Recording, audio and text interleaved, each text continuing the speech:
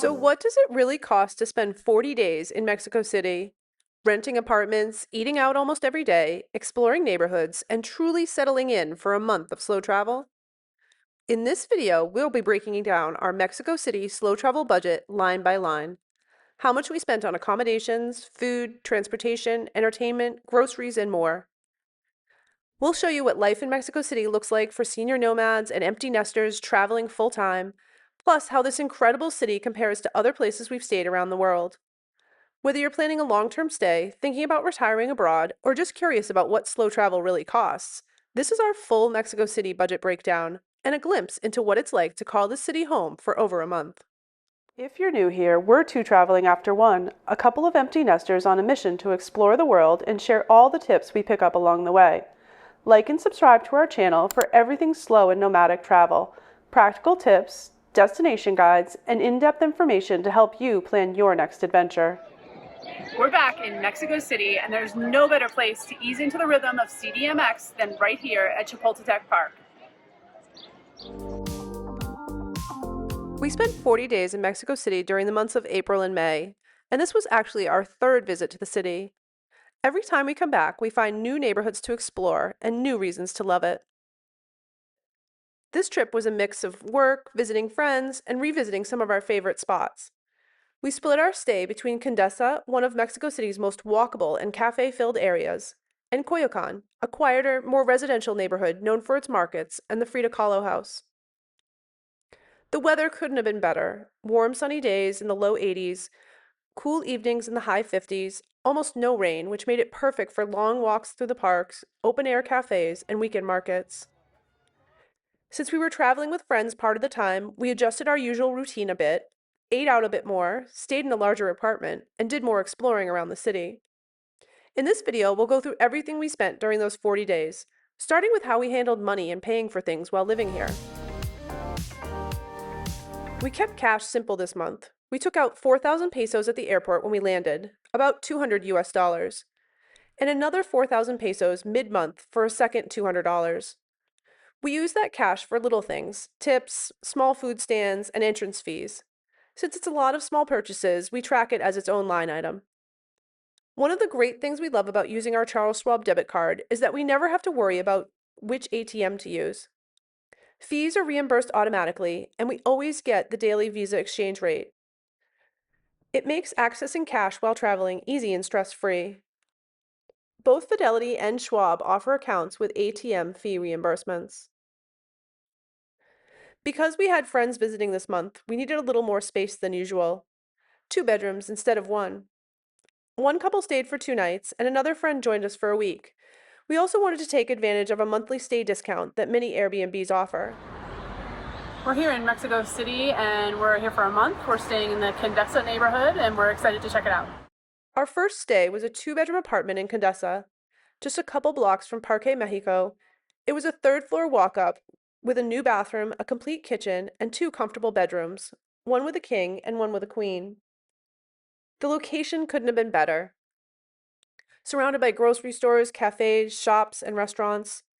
Being on the top floor meant a few extra stairs, but it also gave us great light and plenty of privacy. We booked this apartment 8 months in advance through Airbnb to make sure we could find something in our price range, and it ended up being a great value for the area.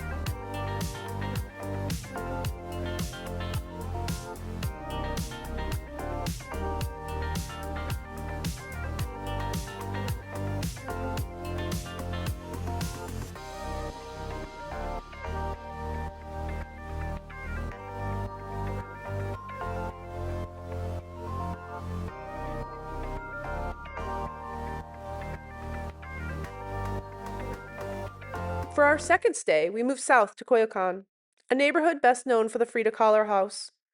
This time, we stayed in a brand new studio with its own street entrance. It had a large bathroom, a small but well equipped kitchen, and was within walking distance to the subway, buses, grocery stores, and restaurants. The space was smaller than our first apartment, and we did miss having a sitting area, but it was very comfortable, bright, and quiet, and had friendly hosts on the property, perfect for the 11 nights that we spent there. We loved Coyoacan's mix of locals and visitors, its markets and cafes, and the more residential feel compared to Condesa. It was a great way to experience another side of the city and one we'd definitely stay in again.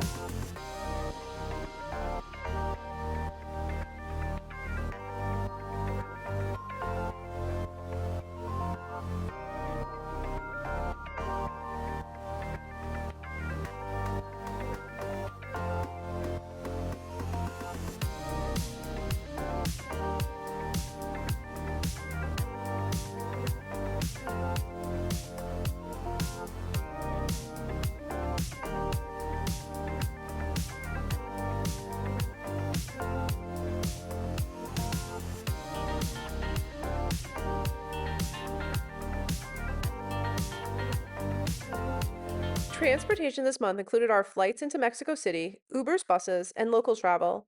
Everything from airport transfers to our last ride back for our flight to the US. Our LATAM flights from Cusco to Lima were booked directly with the airline and came to $210.44. We then booked Lima to Mexico City through British Airways using points transferred from our American Express Platinum card. Taxes and fees for the 6-hour overnight premium economy flight added another $85.73. Once we landed in Mexico City, we grabbed a registered taxi at the airport for $20.73. Morning rush hour made it more than an hour-long ride, but we'd already messaged our host and were able to check in early. We used Uber a lot this month, $116.78 in total, to get around the city, including our ride back to the airport at the end of the trip. We were traveling with friends, so splitting rides made it easy and affordable, and we also had a few extra Ubers this month for a funny reason: forgotten items. When we moved apartments, we somehow managed to leave our HDMI cable plugged into the back of the TV, so we Ubered back to meet the housekeeper to pick it up. 2 days later, the host messaged us again. They'd found a packing cube full of Dan's clothes. He's still not sure how it happened, but he was definitely happy to get it back. Luckily, we were still in town, or he would have been replacing his entire winter wardrobe. For public transportation, Mexico City is fantastic. Easy, inexpensive, and reliable. You'll need a transport card, which you can buy and reload at any metro or bus station. The metro was 5 pesos per ride, and the bus was 6, and the card itself cost 15 pesos. There are also women-only sections and cars on both the metro and the buses, where only women and children are allowed to ride, which helps make the system more comfortable for everyone. We ended up using Ubers more than usual since we were in a group, but between the metro, buses, and even city bikes, getting around Mexico City is always simple and affordable. One of the biggest reasons we love Mexico City is the food. This city has it all. From Michelin Guide taco spots to tiny corner stands that serve some of the best bites you'll ever eat. So, yes, we ate out a lot this month.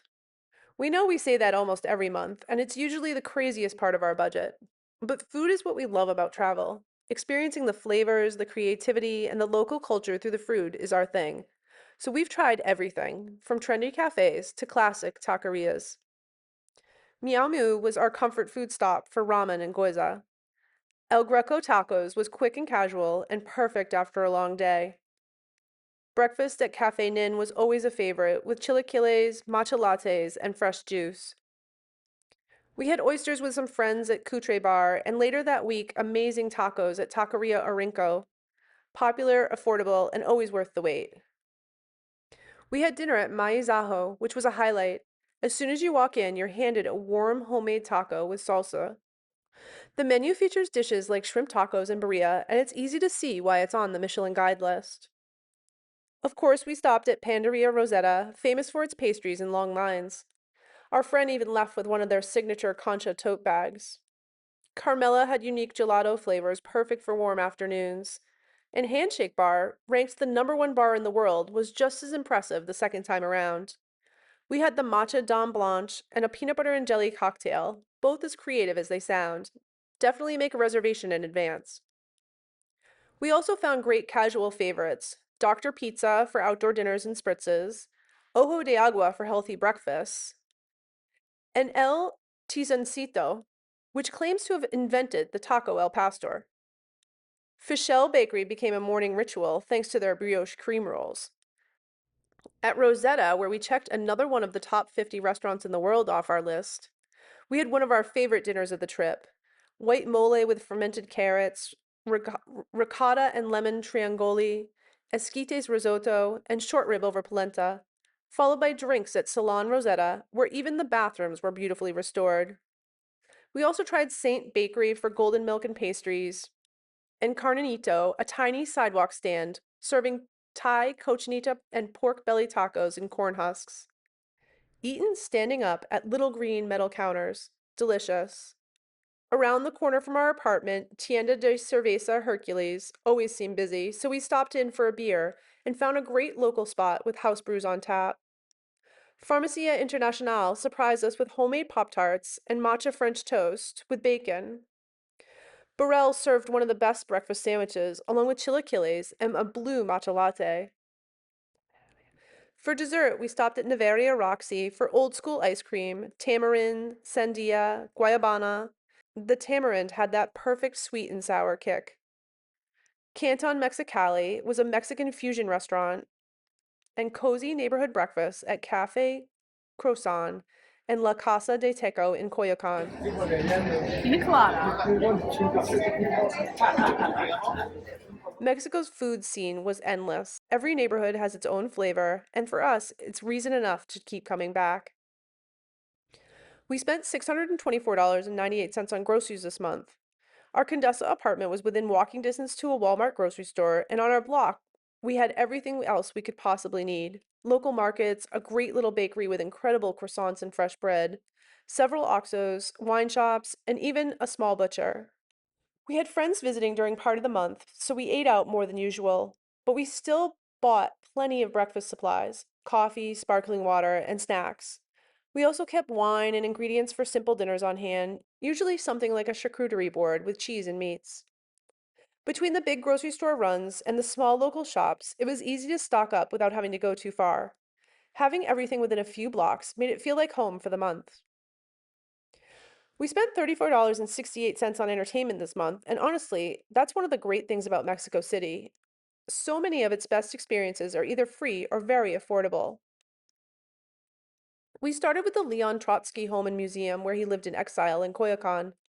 It's fascinating and well preserved, and you can see the room where he was assassinated. The small museum next door has a detailed timeline of his life and the events leading up to that day. We also visited the Museum of the Object, a quirky little place focused on everyday design and culture. Entry was only about $3.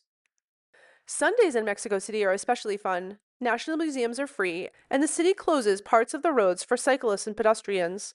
It's a great time to walk, rent a bike, or just enjoy the atmosphere. Roma Norte is a vibrant, walkable neighborhood in Mexico City.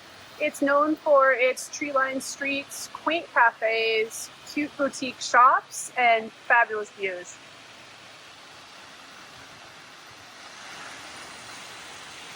We spent a lot of time exploring Roma Norte with its cafes and boutiques and walking through Parque Mexico and Chapultepec Park. With all of our exploring, we easily averaged 8 to 12 miles of walking per day. One of the best ways to see the city is the hop on hop off bus, which costs $24.48 for two people. It's an easy way to cover a lot of ground, and if you're short on time, it loops through the Zocalo and the historic center, giving a nice overview of all the major sites. At Chapultepec Casa, we timed our visit for free entry after 4 p.m., which gave us plenty of time to revisit the highlights since we've been here before. Just know it's a long uphill walk through the park, so plan extra time if mobility is an issue. The Sumaya Museum is one of the most stunning buildings in the city and completely free to enter. Inside, there are over 66,000 pieces from Mexican artists like Diego Rivera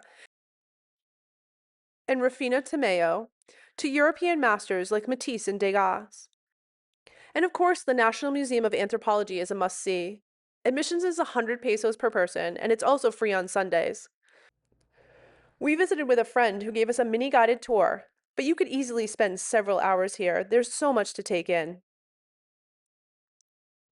Between the museums, the markets, and the endless neighborhoods to walk, entertainment in Mexico City really doesn't have to cost that much, and it's one of the reasons it's such a great city for slow travel.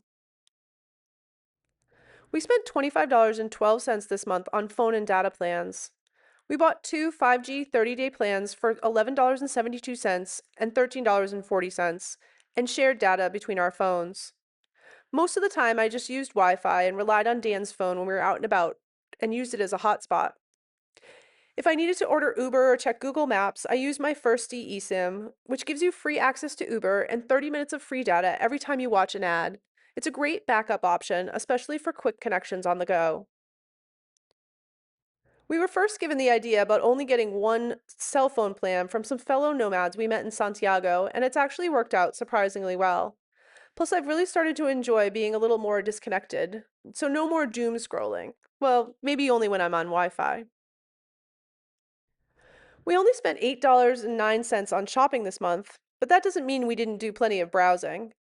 We spent time exploring the local designer shops, craft markets, and small gift stores around the city. If you're here on the weekends, be sure to check out this great artist festival. It's right across the street from the Coyoacán market.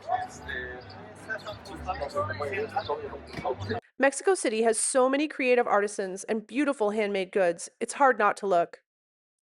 In the end, we kept it simple and just bought a few stickers to add to our collection. We also checked out the Coyoacán Central Mall, which was a short walk from our apartment. It's a brand new modern mall with shops, cafes, and restaurants. Worth a visit if you're in the area and want a mix of local and international brands. We didn't have any medical or dental appointments this month, but we did take advantage of being in Mexico to stock up on a few essentials that are available over the counter here. We picked up 600 milligram ibuprofen, some prescription drugs that we take over the counter here, mouthwash, and of course sunblock, something we go through almost every month. We also joined the Farmacia Arroyo Rewards program, which gave us great discounts on everyday items. It's always worth checking if local pharmacies or grocery stores have rewards programs that visitors can sign up for. Some do, some don't, but it's a nice way to save a little. This total also includes plenty of Electrolyte Zero, something which we can never seem to resist. And for something a little different, I took a yoga class at a studio down the street.